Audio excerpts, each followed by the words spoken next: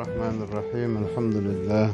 Allahumma salli ala sayyidina Muhammadin wa ala ali sayyidina Muhammad amma ba'd.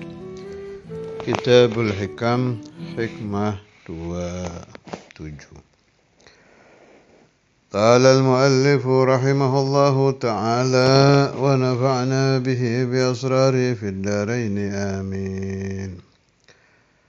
من أشرقت بدايته أشرقت nihayatuhu.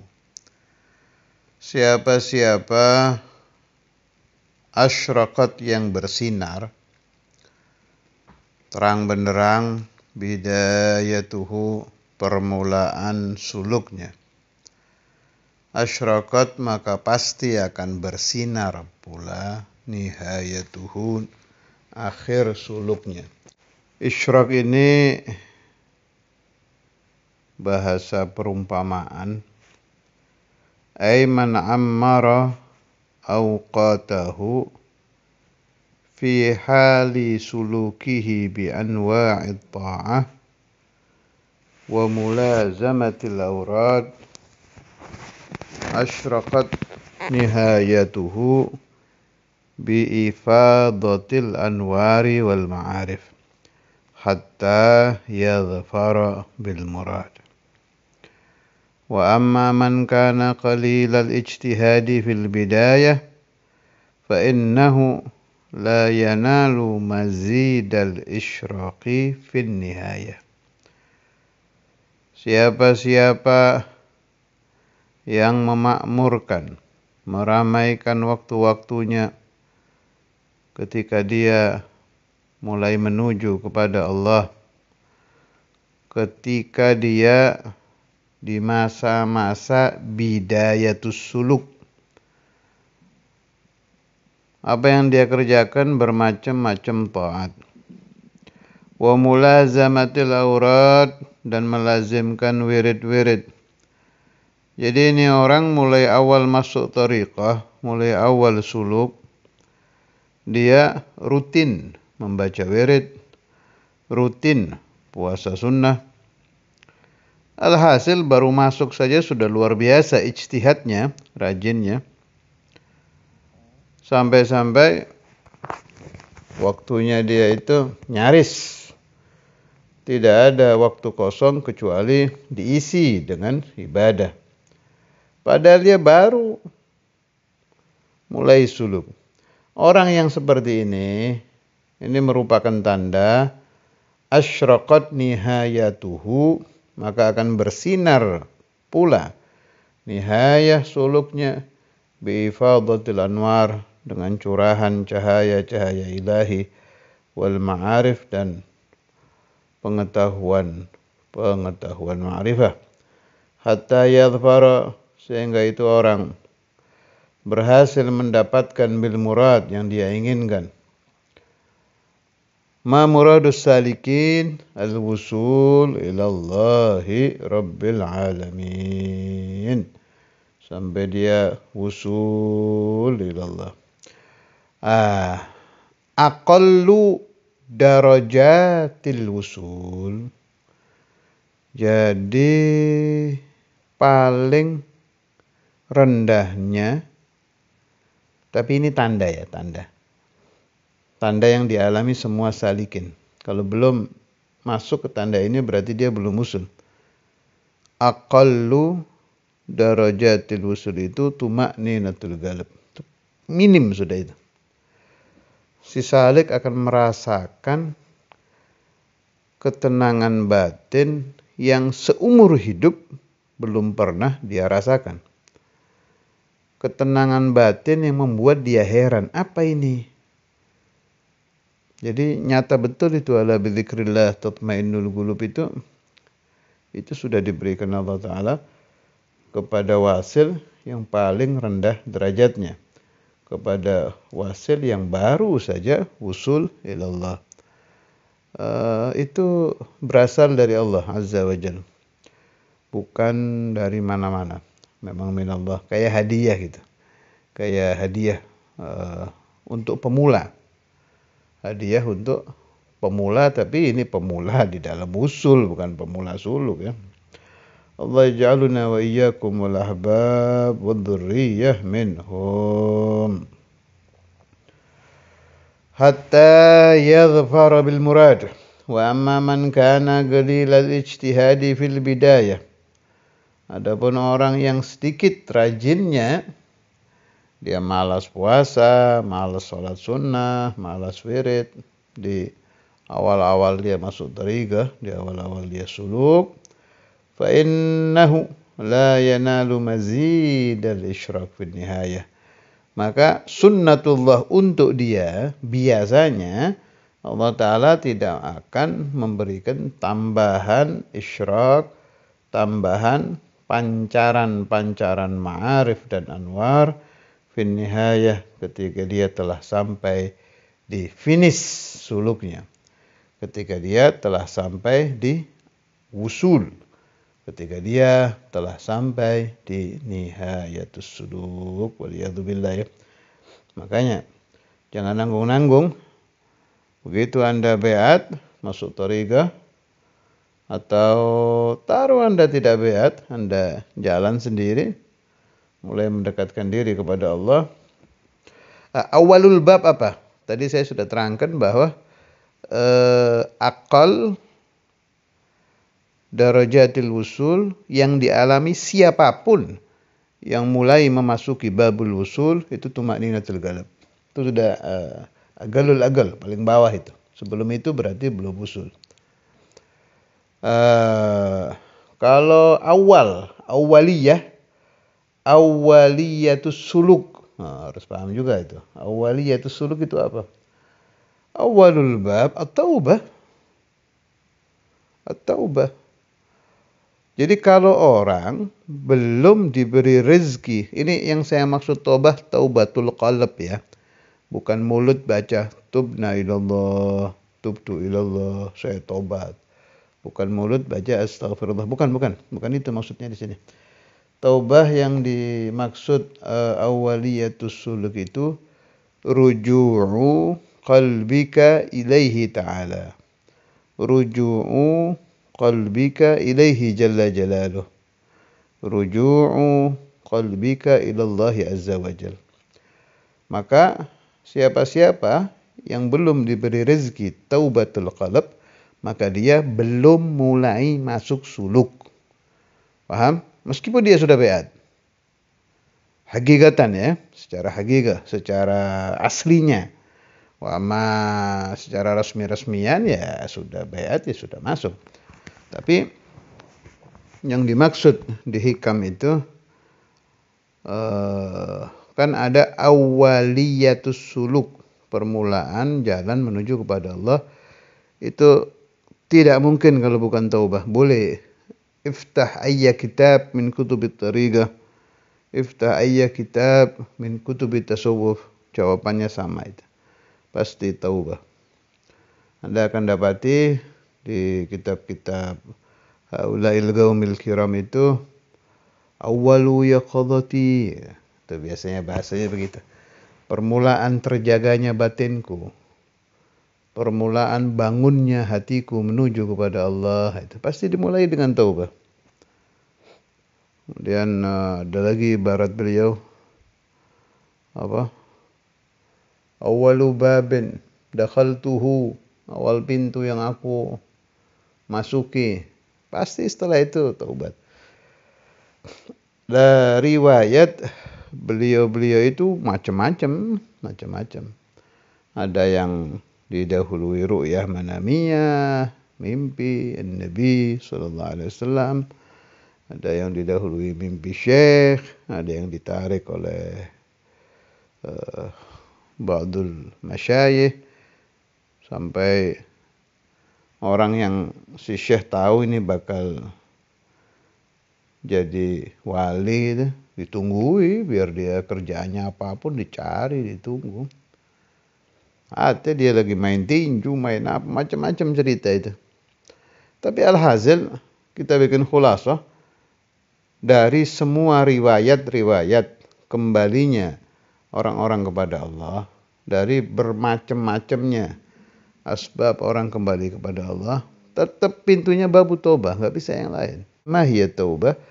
Taubah yang dimaksud di sini itu kembalinya hatimu kepadanya, kepada Allah. Asli hati kembali. Memang macam-macam ya. Kadang rata-rata sih mau mati umur ya 60, 70, 50 ke atas tuh udah mulai yakin bakal mati itu kan mulai ketakutan itu, ingat takut azab kubur, takut di akhirat bagaimana, ya Allah saya harus bagaimana ini. Nah, itu mulai itu bagus itu mulai taubah itu, mulai kembali kepada Allah. Hanya masih dipengaruhi takut azab, tapi no problem, enggak apa-apa, itu bagus. Tinggal diperbaiki aja nanti niatnya. Mulai berpikir saya nanti di alam kubur bagaimana, kaifa ugabil rabbi, kaifa ugabil Rasulullah sallallahu alaihi wasallam, bagaimana nanti aku bertemu dengan Allah. Wa kaif dzunubi, sudah diampuni apa belum dosa-dosa. Itu mulai itu. Nah, orang yang sedang mengalami itu alangkah bagusnya dia baca hikam atau ihya atau hikam kan macam-macam ya. Kalau saya, karena saya salah satu isnad saya ke Syekhuna Ki Said, beliau memang hikam yang dipegang. Ada lagi hikam Imamul Haddad, boleh baca itu silahkan, mau hikam Haddadiyah, hikam apa lagi itu, hikam siapa lagi satunya, Rifaiyah, Ihya, terserah lah.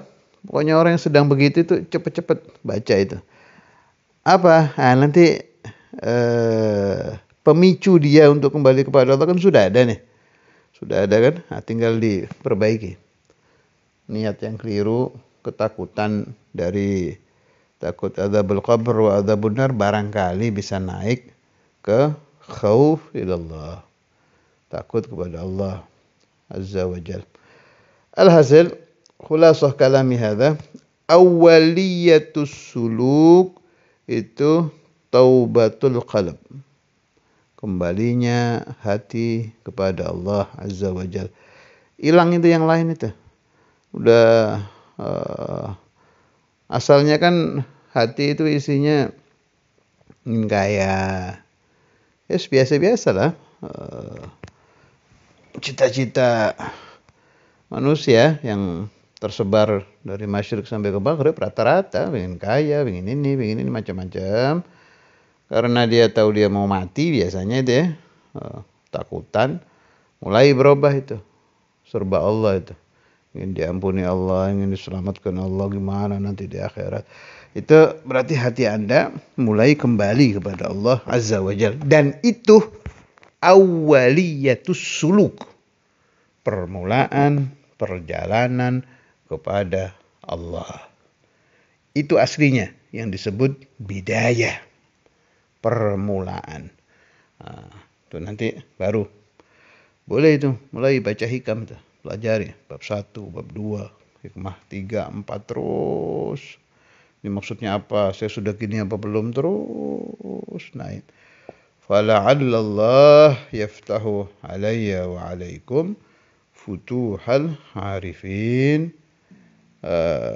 Wa ma dzalika 'ala Allahi bi'aziz. Barangkali Allah Ta'ala bifadlih wujudih membuka hati saya, hati Anda, dan hati orang-orang yang belajar hikam, keterbukaan yang diberikan Allah kepada orang-orang dulu, terutama orang-orang yang membaca kitab-kitab para wali, terutama lagi kitab yang kita baca, kitab Al-Hikam Al-Ata'iyah.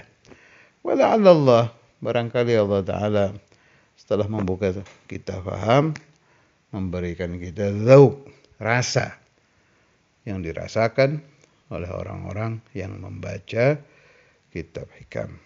Kemudian apa ada yang asyraqat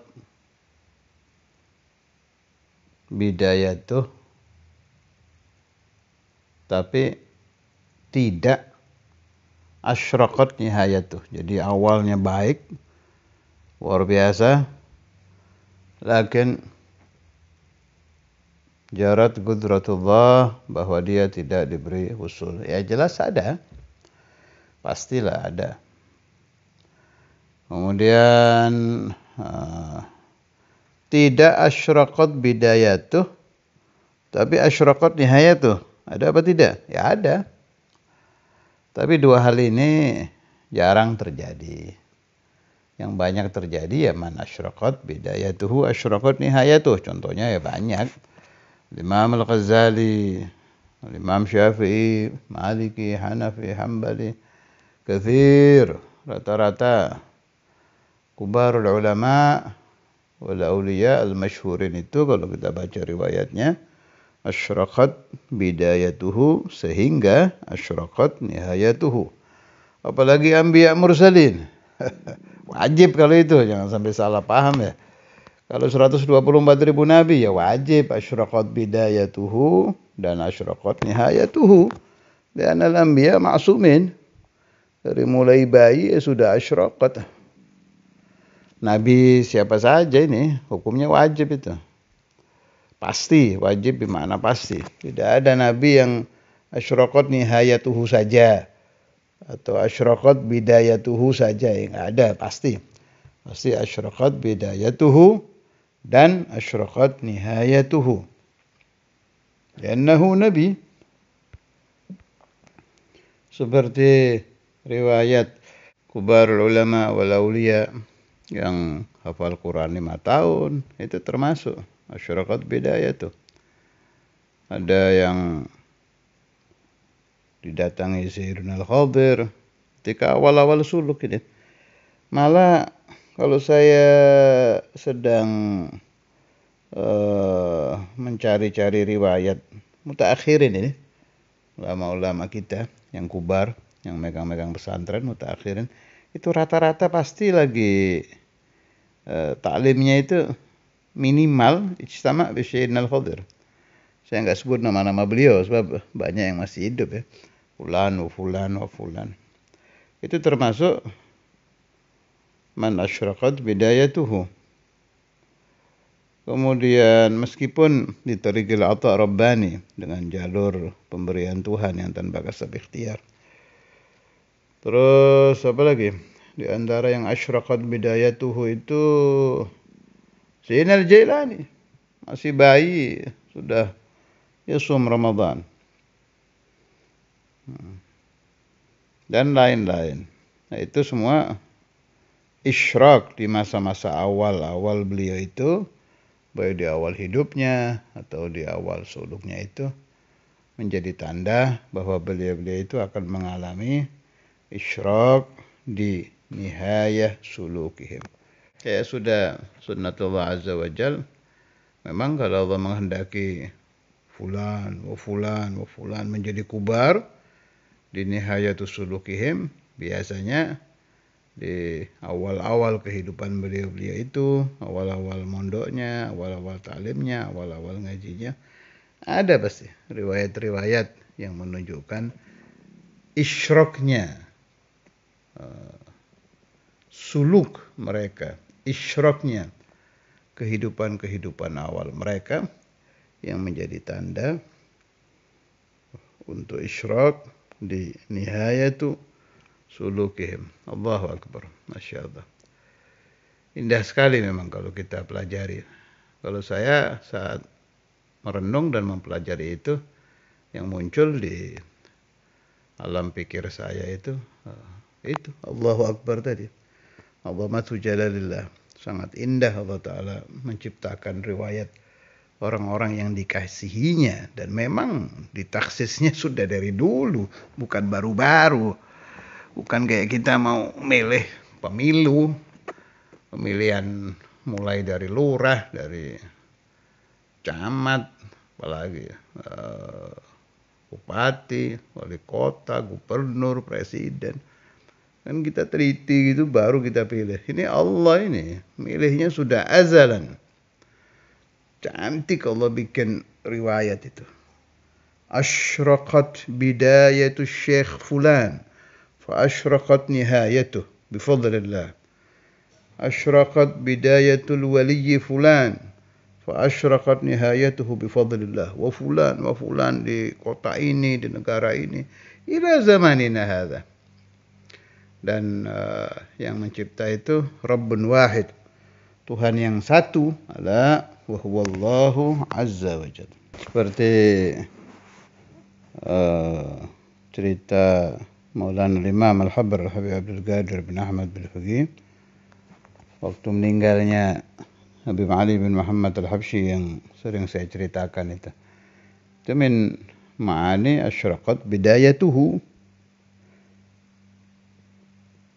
Jadi perjalanan suluk Imam Al-Habr itu sudah bersinar dari waktu beliau masih kecil. Maknanya bagaimana? Jadi begini, termasuk man asyraqat bidayatuhu itu mendapatnya si salik mulahadhah dari Allah, Rasulullah, Nabi Khadir, Anbiya wal Awliya. Itu termasuk makna man asyraqat bidayatuhu. Imam Al-Habr itu waktu jenazahnya Habib Ali itu mendapat mulahadhah dari Sayyidina Al-Khadir. Satu Imam Al-Hafidh Habib Abdullah bin Abdul Qadir bin Faqih radhiyallahu taala anhu. Itu ya macam-macam kan cerita-cerita beliau mendapat mulahadhah di waktu kecil itu. Yang sekarang sedang saya ingat itu Sayyidina Abdurrahman bin Abdullah bin Faqih Alamatud Dunya. Waktu beliau sedang baca kitab depan Imam Al-Habr, depan abahnya, gurunya di kamar di Embong Arab itu, yang sudah saya ceritakan juga, yang Imam Al-Habr melihat suatu imam itu ada surah Alamatud Dunya Sayyidina Abdurrahman bin Abdullah bin Faqih, yang begitu-begitu itu. Alhasil bersinarnya beliau-beliau itu telah nampak di masa beliau-beliau masih kecil. Dan itu menjadi tanda bahwa beliau-beliau itu akan bersinar ketika selesai melaksanakan suluk dan mendapat titel wasil, atau kalau istilah tariqah ini insan kamil. Tapi insan kamil yang bihukmil irthi ya. Bukan insan kamil jadi Nabi Muhammad, bukan. Insan kamil cuma satu, Nabi Muhammad saja. Tapi kan ada istilah di tariqah itu bihukmil irthi, mendapat warisan, kesempurnaan, suluk, tapi juz'iyah. Kalau An-Nabi SAW kulliyah, keseluruhan. Kalau bahasanya Ustadz Imam apa itu? Di sebagian pembahasan beliau, kalau Rasulullah SAW itu surah mukabbarah, gambaran besarnya. Imam Al-Habr Habib Abdul Qadir itu surah musagharah, min surati Rasulullah SAW, kecilnya. Itu juz'un dah, juz'un. Wa kulluhum min Rasulillahi multamisun gharfan minal bahri atau rashfan minad diyami. Faka'anna Nabi Muhammad SAW itu bahar, lah Imam Al-Habr dan Aulia ini satu gayung saja, mendapat kecipratan warisan dari Rasulullah SAW. Seperti juga cerita Sunan Kalijogo dengan Sunan Bonang. Saya tidak sependapat kalau orang terlalu memojokkan Sunan Kalijogo, seolah-olah beliau itu kehidupannya hitam di masa mudanya. Kalau saya malah berpendapat Sunan Kalijogo itu justru ketika beliau masih, saya lupa itu, kalau nggak salah masih remaja itu kan ya, nggak terlalu tua itu, nggak terlalu dewasa banget waktu peristiwa dengan Sunan Bonang yang beliau mau mengambil harta Sunan Bonang untuk dibagi-bagikan. Sunan Kalijogo itu kayak Robin Hood itu ya, mengambil harta untuk dibagi-bagikan. Justru di peristiwa itu, peristiwa tobatnya Sunan Kalijogo ala yadi Maulana Bonang itu, saya melihat asyraqat bidayatuh, bersinar kan, riwayat ajib itu, ditemukan dengan Qutbul Ghawth fi waqtih, dengan Sultanul Aulia waktu itu, Maulana Bonang. Sekarang umpama Anda lagi jalan-jalan lah, taruh kemana, ke Bandung, ke Jakarta, kayak kemana, tahu-tahu ente ketemu Sohibul Wagad, ya bisa dikatakan asyraqat bidayatuka. Itu kan luar biasa sekali tuh. Jadi asyraqat bidayatu Maulana Kalijogo ketika beliau bertemu dengan Qutbul Ghawth, Sohibul Waqtih, Maulana Bonang waktu kejadian itu. Dan asyraqat juga riwayat beliau karena oleh Allah Ta'ala ditakdirkan melihat karamah bahirah, karamah yang nyata sekali dari Maulana Bonang yang menyebabkan beliau tobat. Meskipun riwayat itu riwayat muntasyirah ala alsinatin nas, belum ditahqiq betul, tapi saya percaya itu riwayat. Alhasil taba ala yadihi, sampai suruh khalwah apa segala macam, ila an wasala ila Allah azza wajal. Saya malah berpendapat itu bukan lembaran hitam, itu lembaran isyraq, sebab beliau mendapat rezeki bertemu dengan Syekh Tahkim dan sekaligus Syekhul Fatah itu. Jadi Maulana Bonang itu ya Syekh Tariqah, ya Syekh Tahkim, dan Syekhul Fatah juga dari Maulana Sunan Kalijogo. Maulana Sunan Kalijogo ada dua riwayat, ada yang menyebut nama beliau Sa'id, ada yang menyebut nama beliau Abdurrahman.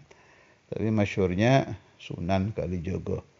Allah yanfa'uni wa iyyakum wa man sami'a hadzal kalam wa dzurriyyati wa ahbabi min barakatihima wa asrarihima wa asraril imamin wa asrar jami'il awliya wa asrar jami'il anbiya wal mursalin ala dawam fi lutuf wa afiyah fil mahna dunya wa akhirah. Kalau mau dalil hadis ya itu yang di kitabnya Risalah Jami'ah Al-Habib Ahmad bin Zain Al-Habsyi, qala Rasulullah sallallahu alaihi wasallam, man salaka tariqan yaltamisu fihi ilman. Ya. Ini kan maksudnya salaka tariqan yaltamisu fihi ilman, ini orang yang rajin kan. Amara awqatahu bita'allum. Ya, ini asyraqat bidayatuh. Sahalallahu lahu tariqan ilal jannah, lah ini asyraqat nihayatuh gitu. Sebetulnya bisa dipahami dari hadis itu. Kalau Saudara Imam lafadznya man salaka tariqan yaltamisu fihi ilman salakallahu lahu bihi tariqan ilal jannah. Atau kama qala, maknanya kurang lebih sama. Sahalallahu lahu tariqan ilal jannah itu asyraqat nihayatuhu. Jadi siapa-siapa yang menempuh jalan menuntut ilmu, bimakna dia serius ta'lim, ya amir awqat apa segala macam, itu asyraqat bidayatuh. Sahalallahu lahu tariqan ilal jannah fa asyraqat nihayatuhu, dengan mendapatkan kemudahan untuk menempuh jalan menuju surga. Allah yaftah alaina wa alaikum futuhal arifin wa yufaqihuna fid din wa yaj'alna wa iyyakum wal ahbab wad dhurriyyah minal ulama'il 'amilin. Sallallahu ala sayyidina maulana Muhammadin wa ala alihi wa sahbihi wa sallama. Walhamdulillahi rabbil alamin. Wa ila ruhi syekhina al-imam al-habr al-habib Abdul Qadir bin Ahmad bin Faqih wa syekhina al-imam al-hafidh al-musnid al-qutb al-habib Abdullah bin Abdul Qadir bin Faqih. ثم إلى أرواح مولانا بونang, مولانا كاليجوغو وغيرهما من أولياء تسعة، وإلى روح من ذكرت من أوليائك وأنبيائك ورسلك بحماد بن زيد الحبشي إمام الحداد وعمر بن الرحمن الطاشي علي بارس وعبد الله إدريس وغيرهم من أطلهم الترتيب دائما وإلى حضرة النبي الفاتحة. بسم الله الرحمن